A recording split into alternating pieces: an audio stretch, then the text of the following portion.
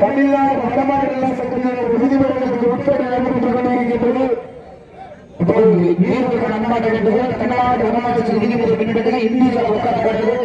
4 உரம் பிடிச்சு விட்டப்படுகிறது. மாற்று நல தொடர்புடைய உள்ள வெளியே உட்கார்ந்து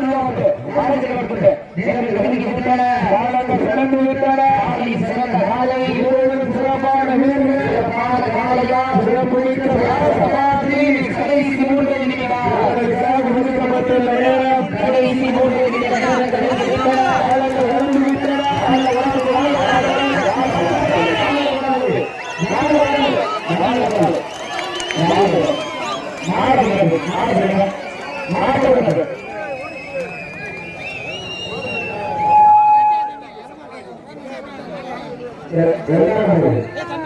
Kita